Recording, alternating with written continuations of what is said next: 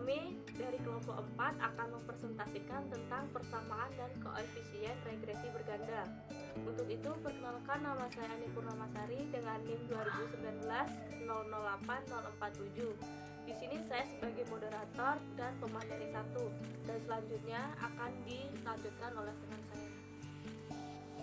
Nama saya Karimatul Husna, NIM 2019 008049. Di sini saya sebagai pemateri kedua. Nama saya Nabila Salsabila, NIM 2019 008059. Saya sebagai pemateri 3. Perkenalkan, nama saya Elsa Fatma Karomah, NIM 2019 008064.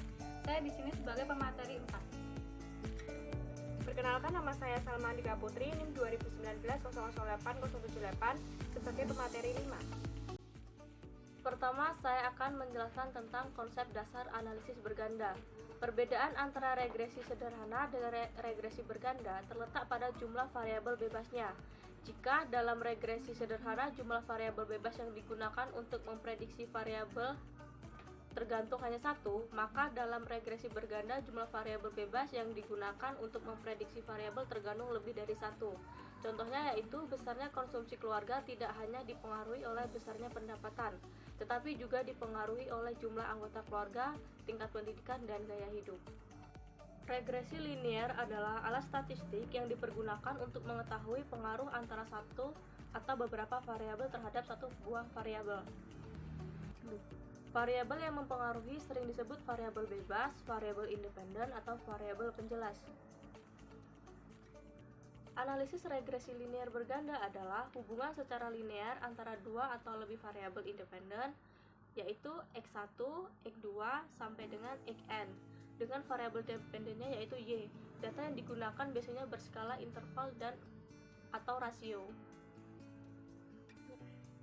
Analisis ini untuk mengetahui arah hubungan antara variabel independen dengan variabel dependen, apakah masing-masing variabel independen berhubungan positif atau negatif, dan untuk memprediksi nilai dari variabel independen mengalami kenaikan atau penurunan. Berikutnya yaitu persamaan regresi linier berganda. Analisis regresi linier berganda sebenarnya sama dengan analisis regresi linier sederhana, hanya variabel bebasnya lebih dari satu buah. Persamaan umumnya adalah Y sama dengan A ditambah B1 X1 ditambah B2 X2 ditambah sampai dengan Bn Xn. Berikutnya yaitu persamaan regresi linier berganda dengan rumus yang pertama, persamaan regresi dua variabel bebas, yaitu Y topi sama dengan A ditambah B1 X1 ditambah B2 X2. Dan yang kedua yaitu persamaan regresi tiga variabel bebas dengan rumus Y topi sama dengan A ditambah B1 X1 ditambah B2 X2 ditambah B3 X3. Dan yang ketiga yaitu persamaan regresi untuk K variabel bebas, yaitu dengan rumus Y topi sama dengan A ditambah B1 X1 ditambah B2 X2 ditambah B3 X3 sampai dengan BK Xk, di mana yaitu Y sama dengan variabel terikat, variabel dependen, variabel yang dipengaruhi, dan X yaitu variabel bebas atau variabel independen atau variabel yang mempengaruhi, dan A adalah konstanta atau intercept yaitu sifat bawaan dari variabel Y. B1, B2, dan BK adalah parameter yang menunjukkan slope atau kemiringan garis regresi. Seperti yang dijelaskan di PPT, di sini saya akan menjelaskan lagi regresi linier berganda dengan dua variabel independen. Analisis regresi linier berganda adalah hubungan secara linear antara dua atau lebih variabel independen, yaitu X1, X2 sampai dengan Xn, dengan variabel dependennya yaitu Y.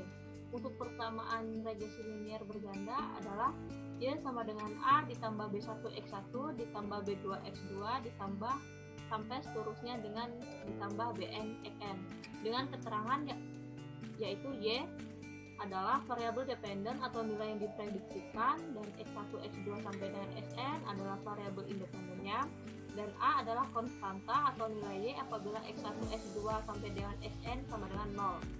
Untuk B-nya adalah koefisien regresi atau nilai peningkatan ataupun penurunan.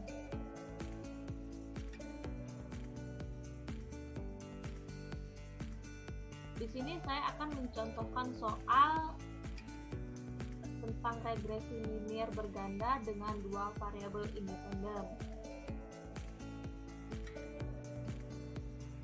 Untuk mencari regresi nilai bergandanya yaitu dan sigma. Lalu untuk mencari sigmanya yaitu dengan rumus B1, B2, dan A. Untuk rumus B1-nya adalah sigma X2 kuadrat dikali sigma X1Y dikurangi sigma X1, X2 dikali sigma X2Y. Lalu dibagi dengan sigma X1 kuadrat dikali sigma X2 kuadrat, lalu dibagi sigma X1, X2 kuadrat. Lalu untuk mencari B2 yaitu sigma X1 kuadrat dikali sigma X2Y dikurangi sigma X1 X2 dikali sigma X1Y, lalu dibagi dengan sigma X1 kuadrat dikali sigma X2 kuadrat dikurangi sigma X1 X2 kuadrat. Lalu untuk mencari A adalah sigma Y dibagi N dikurangi B1 dikali sigma X1 dibagi N, lalu dikurangi B2 dikali sigma X2 dibagi N. Lalu untuk mencari sigma X2 kuadrat, ini kan X yang kecil, itu butuh sigma X2 yang besar. Jadi X besar dengan X kecil untuk dibedakannya, jadi jangan sampai salah ya.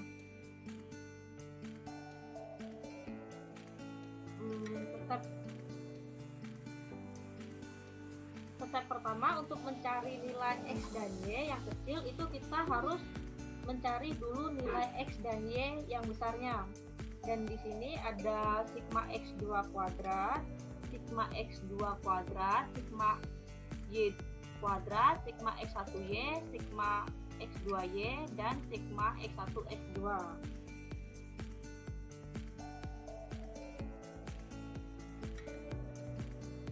Nah, sudah. Tadi kita butuh untuk yang pertama adalah kita akan mencari sigma X1 kuadrat, lalu sigma X2 kuadrat, dan seterusnya. Untuk mencari yaitu sama dengan sigma X1 kuadratkan 2, lalu enter dan ditarik ke bawah. Lalu selanjutnya untuk mencari sigma X2 kuadratnya itu dikuadratkan 2, enter lalu ditarik juga sama. Lalu selanjutnya untuk mencari Y kuadrat yaitu Y dikuadratkan 2, enter lalu ditarik ke bawah.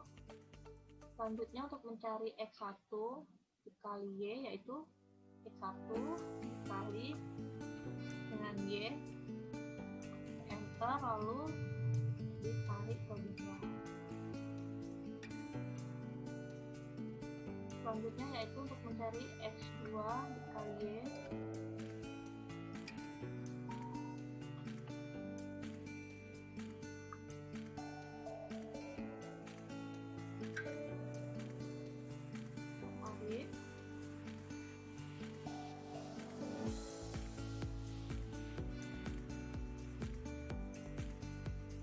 selanjutnya yaitu untuk mencari X1 X2 nya 1 dikali X2 kalau kita tarik ke bawah.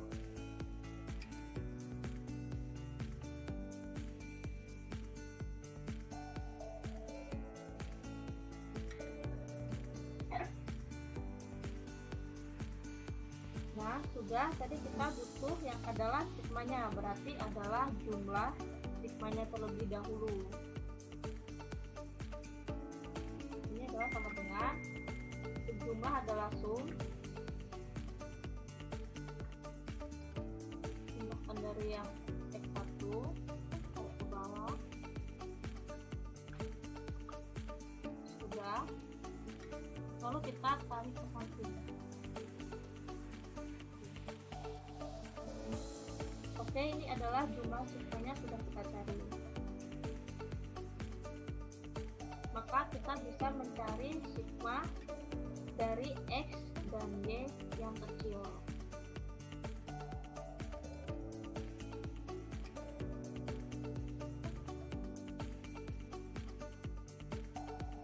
Yang pertama adalah kita akan mencari N-nya. N adalah sama dengan count itu adalah jumlah datanya ya. Lalu kita jumlahkan data dari X1 bisa, X2 bisa, dan Y juga bisa.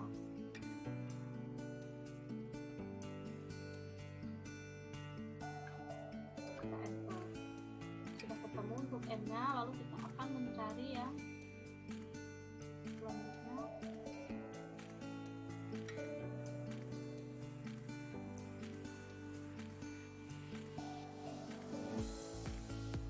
Biar lebih gampang.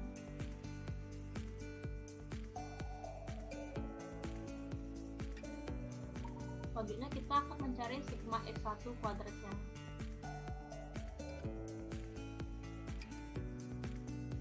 Seperti yang ada di rumus ini ya. Ini kan sigma X kecil, jadi sama aja kita mencari sigma X1 kuadrat ini yang besar. Sama dengan sigma X1 dikuadrat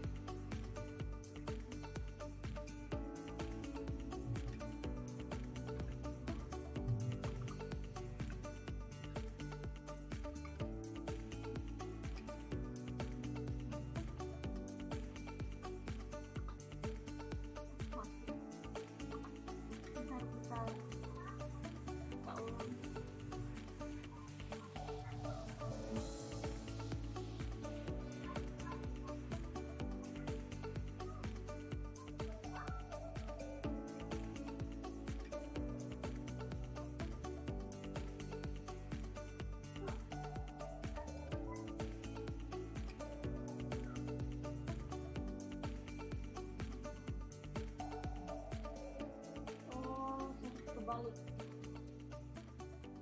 Sigma X1 yang besar dikurangi dengan sigma X1 pangkat 2 lalu dibagi dengan N. Ini N nya kita enter. Nah, selanjutnya yaitu sigma X2 pangkat 2 nya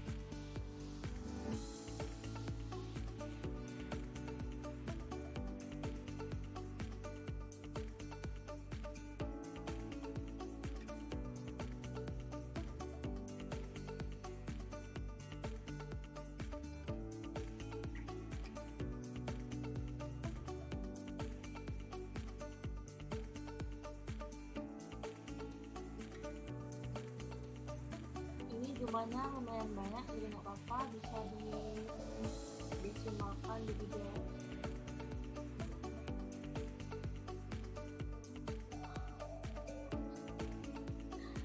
Lalu selanjutnya yaitu mencari sigma Y pangkat 2 nya, yaitu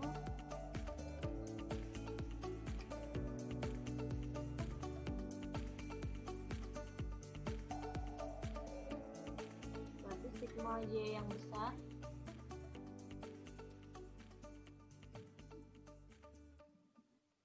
dikurangi sigma Y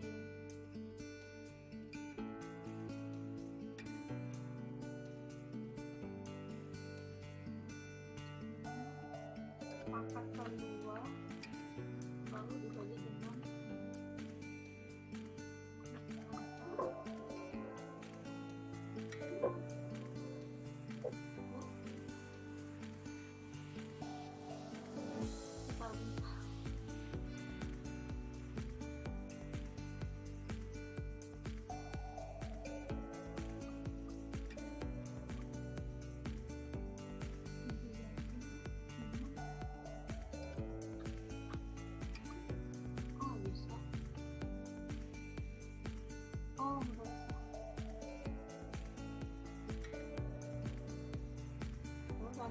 kita mencari sigma X1Y.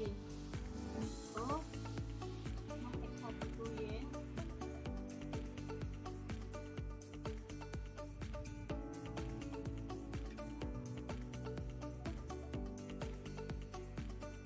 dikurang sigma X1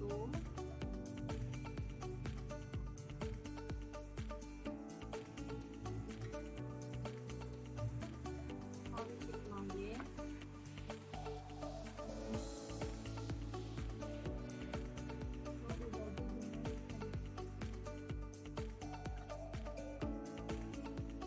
selanjutnya yaitu untuk mencari sigma X2Y nya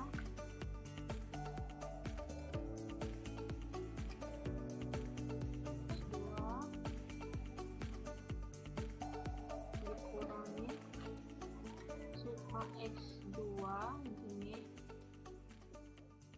lalu dikali dengan sigma Y lalu dibagi dengan N.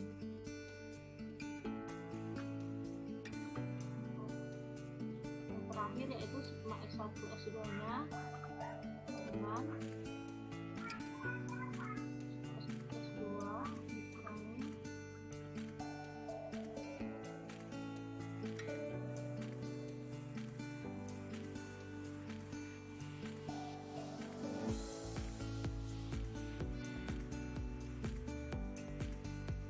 sigma X1 kali sigma X2 lalu dibagi dengan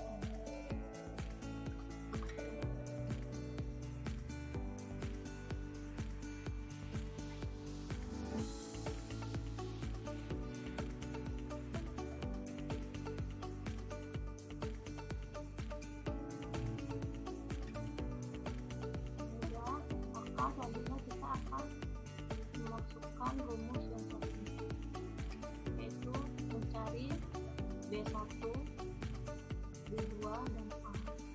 Kita bisa terlebih dahulu.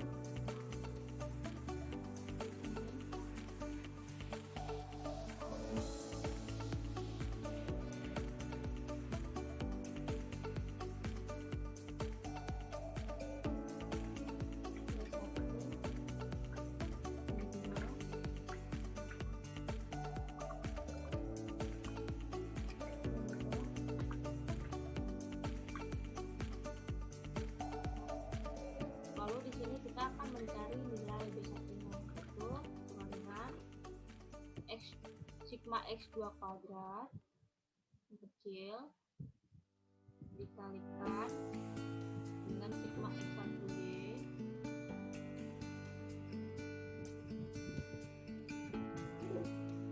supaya tertib atau bisa sigma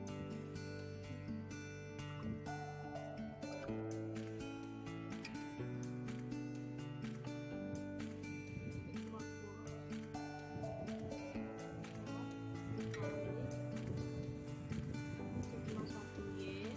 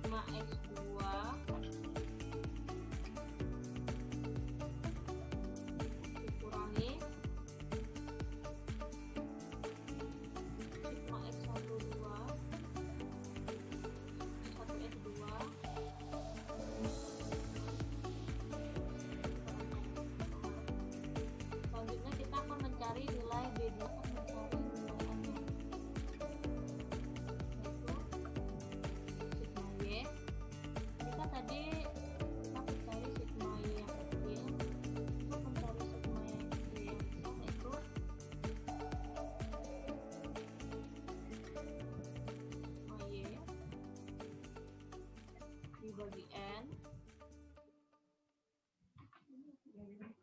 dikurangi B1 lalu dikali dengan sigma X1 yang besar lalu dibagi dengan N.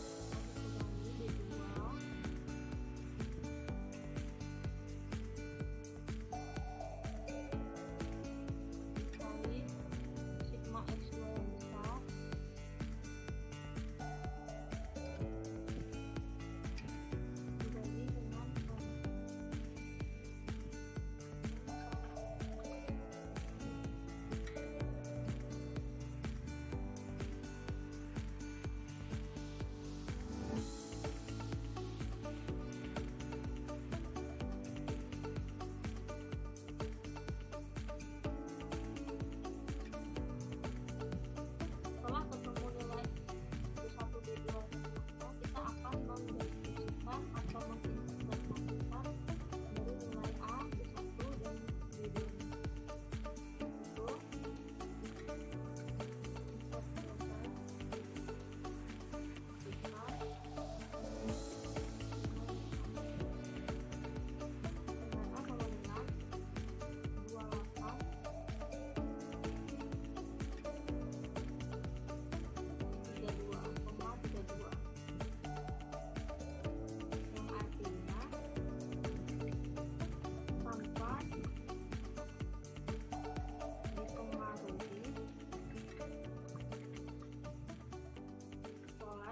Untuk apapun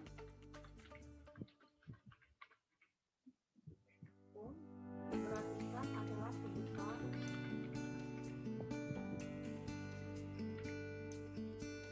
sebesar 28,32 kg.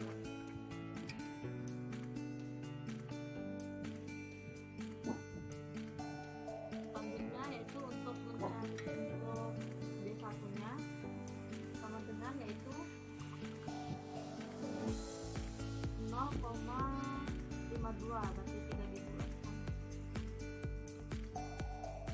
yang artinya setiap kenaikan jumlah makanan ikan sebesar satu satuan, maka nilai berat ikan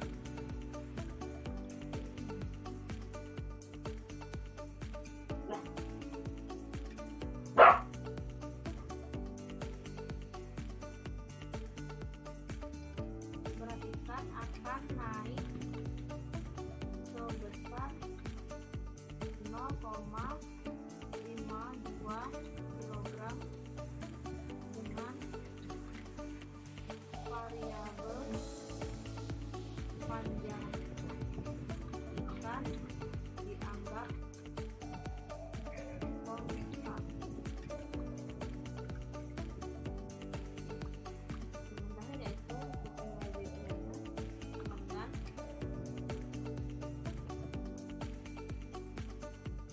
0,05, yang artinya setiap kenaikan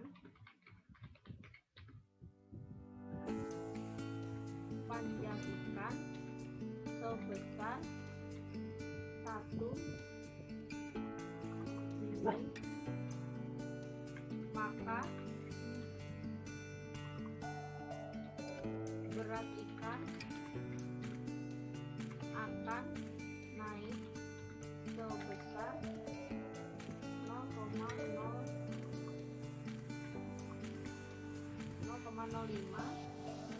kg jika jumlah makanan dianggap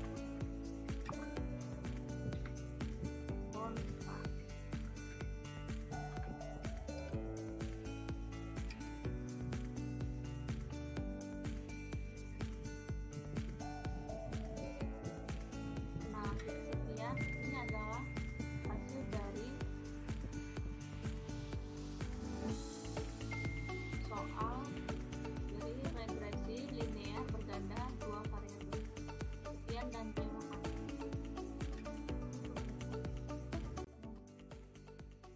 Baik, di sini saya akan melanjutkan presentasi dari Mbak Ani mengenai uji asumsi klasik. Uji asumsi klasik adalah analisis yang dilakukan untuk menilai apakah di dalam sebuah model regresi linear terdapat masalah-masalah asumsi klasik. Untuk penggunaan metode analisis linear berganda memerlukan uji asumsi klasik secara sistematik yang harus dipenuhi. Yang digunakan untuk penggunaan metode ini yaitu antara lain uji asumsi normalitas, multikolinearitas, autokorelasi, heteroskedastisitas. Dan tabel berikut ini adalah contoh data regresi linear berganda dengan jumlah sampelnya yaitu sebanyak 35. Baik, di sini saya akan mempraktekkan perhitungan uji asumsi klasik dengan menggunakan SPSS. Di sini ada X1, X2, dan Y. Langkah pertama yaitu kita klik Analyze, lalu kita klik Regresi, Linear, kita masukkan Y ke dependent, X1 dan X2 kita masukkan ke independent. Pada menu statistik, kita klik centang Estimate, Model Fit, Collinearity, dan Darby-Watson. Kita klik Continue. Pada menu Plot, kita masukkan Spreadsheet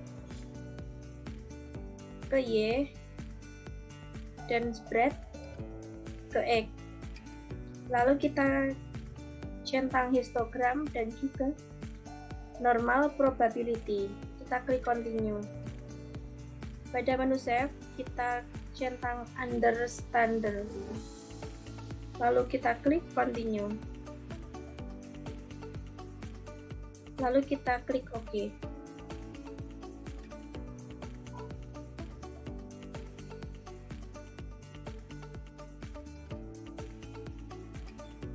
Di sini sudah terdapat hasil dari perhitungan tadi.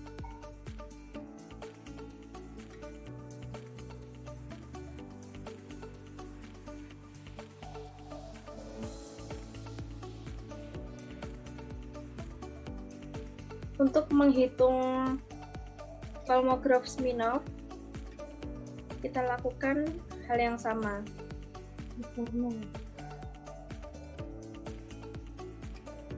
Pada data ini, kita klik Analyze,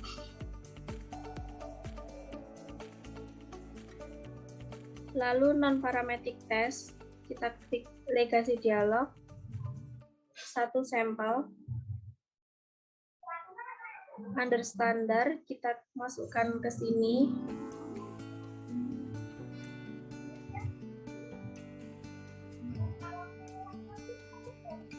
lalu kita klik OK. Di sini sudah terdapat hasil perhitungan dari Kolmogorov-Smirnov.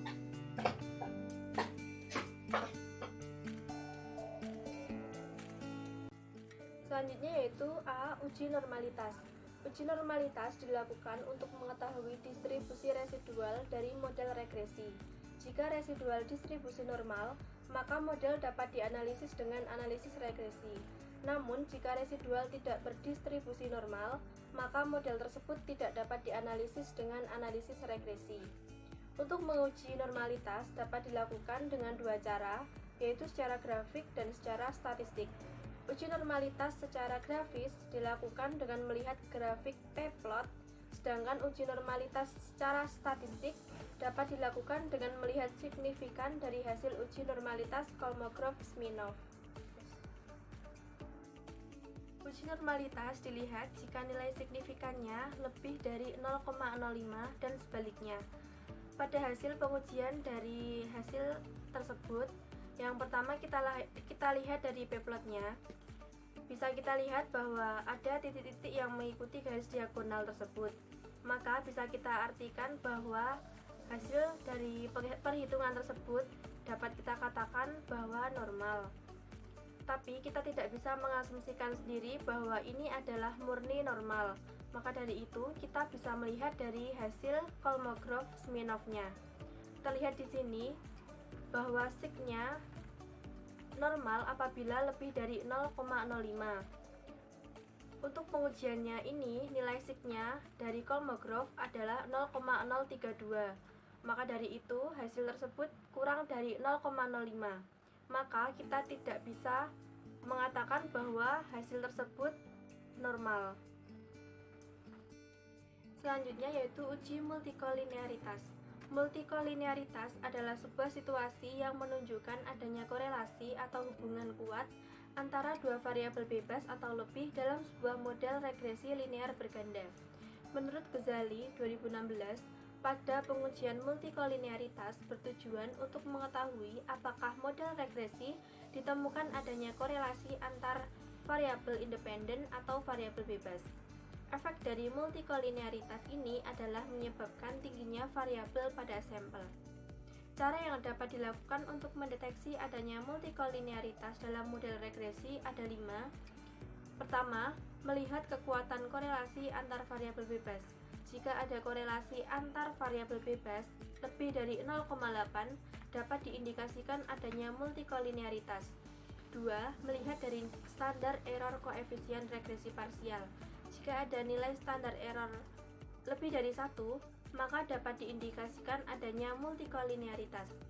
3. Melihat rentang confidence interval.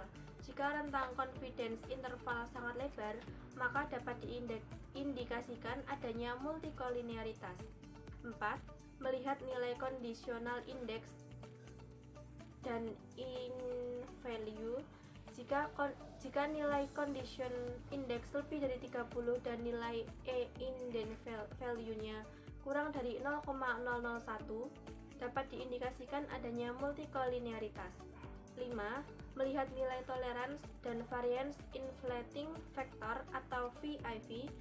Jika nilai tolerance kurang dari 0,1 dan VIV lebih dari 10, dapat diindikasikan adanya multikolinearitas. Dilihat dari tabel koefisien tersebut, nilai VIF-nya yaitu 1084, maka dari itu kurang dari 10. Inti dari hasil tersebut yaitu tidak terjadi multikol. Baik, selanjutnya saya akan melanjutkan presentasinya. Yang ketiga yaitu uji heteroskedasitas. Uji heteroskedasitas bertujuan untuk menguji apakah dalam model regresi terjadi ketidaksamaan varian dari residual satu pengamatan ke pengamatan yang lain. Jika varian dari residual satu pengamatan ke pengamatan yang lain tetap, maka disebut homoskedasitas. Dan jika berbeda disebut heterokedasitas. Menurut Ghazali 2013, model regresi yang baik adalah model yang tidak terjadi heteroskedasitas. Terdapat cara untuk melakukan uji heteroskedasitas, yaitu uji grafik plot, uji Park, uji Glaser, dan uji White. Kita dapat memilih salah satu dari keempatnya. Untuk itu, saya menggunakan uji Glaser untuk menguji heteroskedasitas. Dasar pengambilan keputusan pada uji ini adalah yang pertama, yaitu jika nilai signifikasinya lebih besar dari 0,05, maka dapat disimpulkan tidak terjadi masalah heteroskedasitas. Namun sebaliknya, jika nilai signifikasinya lebih kecil dari 0,05, maka dapat disimpulkan terjadi masalah heteroskedasitas. Jika dilihat dari hasil SPSS bagian koefisiennya, maka kita bisa menyimpulkan yaitu hasil perhitungannya diketahui nilai signifikasi dari X1 kurang dari 0,05, yaitu 0,39. Artinya terjadi masalah heteroskedasitas. Sedangkan X2 lebih besar dari 0,05, yaitu 0,397. Artinya tidak terjadi masalah heteroskedasitas. Maka dapat disimpulkan model regresi dinyatakan tidak valid sebagai alat peramalannya. Selain menggunakan rumus di atas, bisa juga dengan melihat garis carpotnya. Jika titik-titik menyebar secara acak serta tersebar baik di atas maupun di bawah angka 0 pada sumbu Y, maka tidak terdapat gejala heteroskedasitas. Selanjutnya yaitu uji autokorelasi. Uji autokorelasi adalah untuk melihat apakah terjadi korelasi antara satu periode T dengan periode sebelumnya, yaitu T-1. Secara sederhana adalah bahwa analisis regresi adalah untuk melihat pengaruh antara variabel bebas terhadap variabel terikat. Jadi tidak boleh ada korelasi antara observasi dengan data observasi sebelumnya. Untuk mengetahui dengan cara membandingkan nilai DW dengan D dari tabel Durbin-Watson. Syarat-syaratnya yang pertama yaitu DW lebih kecil dari DL atau DW lebih besar dari 4 kurang DL. Kesimpulannya, pada data tersebut terdapat autokorelasi.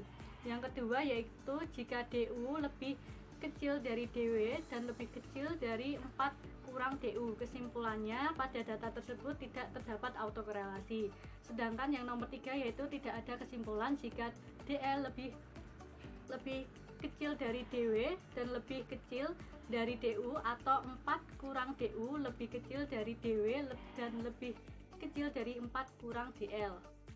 Jika dilihat dari data olahan SPSS, kita dapat melihat pada model Sumari. Berdasarkan tabel di atas, nilai DW-nya sendiri dapat diketahui sebesar 2,056. Nilai ini dapat dibandingkan dengan nilai tabel signifikan 5% dengan jumlah sampelnya 35 dan jumlah variabel independennya adalah 2. Selanjutnya untuk melihat DU dan DL kita bisa melihat ke tabel Durbin-Watson. Lihat pada nilai N-nya yaitu 35 karena jumlah sampel kita ada 35 dan kita lihat yang kedua karena variabel independen kita ada 2. Maka diperoleh nilai DU-nya yaitu 1,5838 lalu DL-nya 1,3433. Untuk 4 min DU-nya yaitu 4 dikurangi 1,5838 yaitu 2,4162, sedangkan 4 min DL-nya itu dari 4 dikurangi 1,3433 diperoleh 2,6567. Kita asumsikan pada syarat Durbin-Watson masuk ke syarat kedua yaitu DL lebih kecil dari D dan lebih kecil dari 4 min DU yaitu 1,3433 lebih kecil dari 2,056 lalu lebih kecil dari 2,4162. Jadi hasilnya tidak terdapat autokorelasi. Baik, terima kasih. Selanjutnya akan dilanjutkan oleh teman saya. Baik, saya di sini akan melanjutkan presentasi dari teman saya, yaitu uji koefisien determinasi. Uji koefisien determinasi dilakukan untuk mengetahui seberapa besar variabel endogen secara stimulan, mampu menjelaskan variabel eksogen. Semakin tinggi nilai R kuadrat berarti semakin baik model prediksi dari model penelitian yang diajukan. Uji koefisien determinasi atau R kuadrat dilakukan untuk menentukan dan memprediksi seberapa besar atau penting kontribusi pengaruh yang diberikan oleh variabel independen secara bersama-sama terhadap variabel dependen.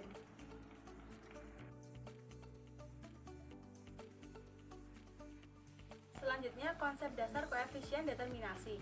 Yang pertama, koefisien determinasi R kuadrat bertujuan untuk mengukur seberapa jauh kemampuan model dalam menerangkan variasi variabel dependen. Yang kedua, nilai koefisien determinasi berkisar antara 0 dan 1. Yang ketiga, nilai yang mendekati 1 berarti variabel independen atau variabel X, memberikan hampir semua informasi yang dibutuhkan untuk memprediksi variasi variabel dependen atau variabel Y. Selanjutnya, koefisien determinasi atau R-square digunakan ketika jumlah variabel dependen cuma satu variabel. Namun apabila menggunakan dua variabel independen atau lebih, bisa menggunakan adjusted R-square untuk mengetahui besaran pengaruh variabel independen terhadap variabel dependen. Yang terakhir, penggunaan R-square dalam dua variabel independen atau lebih harus diikuti dengan analisis sumbungan efektif untuk mengetahui besaran pengaruh variabel independen terhadap variabel dependen secara parsial atau sendiri-sendiri. Dari output di atas, didapatkan nilai adjusted R-square atau koefisien determinasi sebesar 0,127 yang artinya pengaruh variabel independen atau variabel X terhadap variabel dependen atau variabel Y sebesar 12,7%. Saya menggunakan adjusted R-square karena dalam penelitian ini saya menggunakan regresi linear berganda karena ada dua variabel independen. Sekian penjelasan dari saya, akan dilanjutkan oleh teman saya.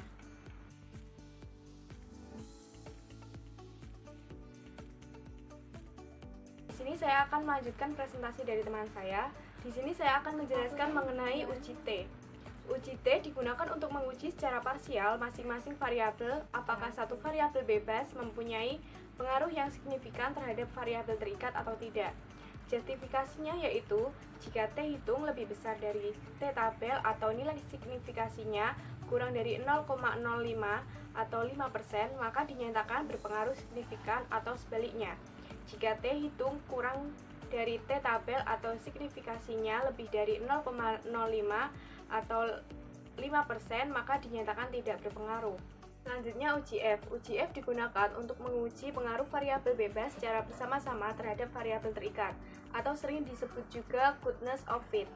Hasil uji F dapat dilihat dalam tabel ANOVA dalam kolom SIG. Justifikasinya sederhana, yaitu jika F hitung lebih besar dari F tabel atau signifikasi kurang dari 0,05 atau 5%, maka dinyatakan layak dan pengujian bisa diteruskan atau dilanjutkan. Sedangkan jika F hitung kurang dari F tabel atau signifikasi lebih dari 0,05 atau 5%, maka model dinyatakan tidak layak dan harus dilakukan modifikasi terlebih dahulu. Misalnya, dengan transformasi data, menambah atau mengurangi data, atau bisa juga dengan mengeluarkan variabel bebas atau bahkan dengan menambah variabel bebas. Nah, di sini saya akan menguji data kuesioner dengan uji T dan uji F. Sebelumnya kita akan merumuskan hipotesis terlebih dahulu. H1 sama dengan terdapat pengaruh X1 terhadap Y, H2 sama dengan terdapat pengaruh X2 terhadap Y, H3 sama dengan terdapat pengaruh X1 dan X2 secara simultan terhadap Y. Nah, kita akan menggunakan tingkat kepercayaan 95% atau A sama dengan 0,05. Nah, selanjutnya kita akan melakukan pengujian hipotesis pertama. Diketahui nilai SIG untuk pengaruh X1 terhadap Y sebesar 0,039 bisa dilihat dari hasil SPSS pada tabel koefisien lebih kecil dari 0,05 dan nilai hitung 2,154 lebih besar dari 2,037, sehingga dapat disimpulkan bahwa H1 diterima yang berarti terdapat pengaruh X1 terhadap Y. Yang kedua adalah pengujian hipotesis kedua. Diketahui nilai SIG untuk pengaruh X2 terhadap Y adalah sebesar 0,397 lebih besar dari 0,05 dan nilai T hitung 0,858 lebih besar dari T tabel 2,037, sehingga dapat disimpulkan bahwa H2 ditolak yang berarti tidak terdapat pengaruh X2 terhadap Y. Yang terakhir adalah pengujian hipotesis H3 dengan uji F.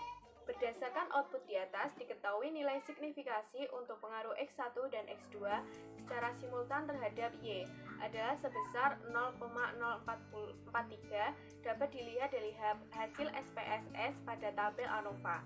Lebih kecil dari 0,05 dan nilai F hitung 3,474 lebih besar dari F tabel 3,28, sehingga dapat disimpulkan bahwa H3 diterima yang berarti terdapat pengaruh X1 dan X2 secara simultan terhadap Y. Baik, sekian presentasi dari kelompok kami. Apabila ada salah-salah kata, kami mohon maaf. Wassalamualaikum warahmatullahi wabarakatuh. Salam dan bahagia.